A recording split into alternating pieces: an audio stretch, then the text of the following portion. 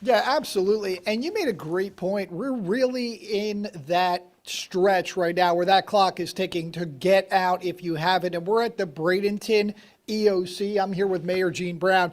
And we're just talking a little bit before, but the amount of people that have evacuated, the amount of places that are boarded up, it's got to give you a sigh of relief knowing what we saw during Helene. Right, and I think that's what's important is you look at how people are reacting to this storm. It's really taking it serious, and that's why, we're not happy, but we're happy that more people are in the shelters. Thousands of people are in the shelters, when normally we have a couple hundred, and they've taken this storm serious because of Helene. And we never experienced a storm surge like that, and we have this kind of falling on right on the heels of that. But one of the good things is Uber was offering free rides to the shelter. A lot of people are out. When we drove by from Holmes Beach out in that area, it was completely vacated. It was a ghost town. There was no one there. So a lot of those people who lived in those low-lying coastal areas really heeded those evacuation orders. Well, if we get the 12 to 15-foot storm surge, our islands are gone, and it's coming into the city even more. We saw what 6 feet did. Just imagine double or triple on that, and it's trouble.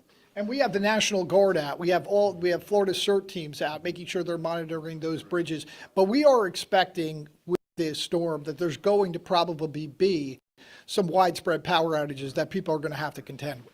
Well, and that's why, we're here at our Public Operations Center, and what's happening is we're going to be able to get right out at the FIT teams, first in teams here, and we're closer to the beach and islands. Without the people there because of the Helene, it's going to be better to get in town and try to save people. But if you're at home now, get to a shelter if you're in a ABC or evacuation zone, because we're not going to be able to come out after a couple hours from now because of the winds. And then you're speaking of the winds, we were going up and down those roads off the beach. Now, I know they were able to clear a lot of that debris from the state roads, but if you're on those back roads, that is still a problem. Right. In the city of Bradenton, we started a week ago Sunday. We got almost 2 million pounds with the city staff and the haulers off of the waterways in that, but unfortunately we weren't able to get it all, just like all other cities and counties around us.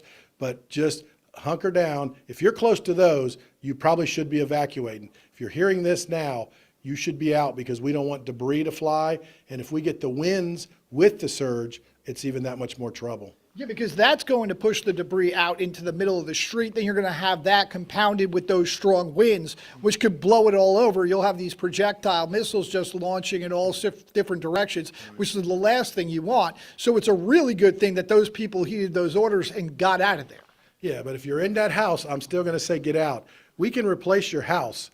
We can't replace your life. And you've heard other mayors, other sheriffs, other police say you will die in a 12 to 15-foot storm surge. So I'm saying it.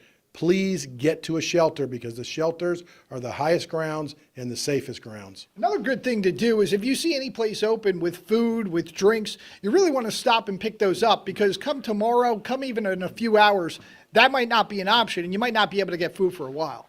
Yeah, that's true. We just don't know what hits. As it hits us, we're going to find out, and from there, we're going to start recovering tomorrow. And that's going to be this. So you're just keeping a close eye on what's going on over here. But really, tomorrow is where you got to be really assertive, because come early morning hours, that's when things are really going to pick up. Right. And unfortunately, once the storm hits tonight, our staff, police, fire, are not going to be able to go out. They will go out at first light. So really, you're going to be hunkered in for the next 12 to 18 hours when the storm starts around 3 or 4 o'clock today. That's why if anybody's still on the cusp, and hopefully everybody's gone, but if they're still on the cusp, how long would you say they have to get out? I would say within maybe a couple of hours to get to the storm shelters. Get to the shelters. There's a bunch in our town. There's still place. Get there, please. You heard the mayor. That's really the message. If you're not out, get to those shelters. There is still time, but as we said before, that clock is ticking and time is running out. For right now, reporting live in Sarasota, Nick Voltero, 10 Tampa Bay.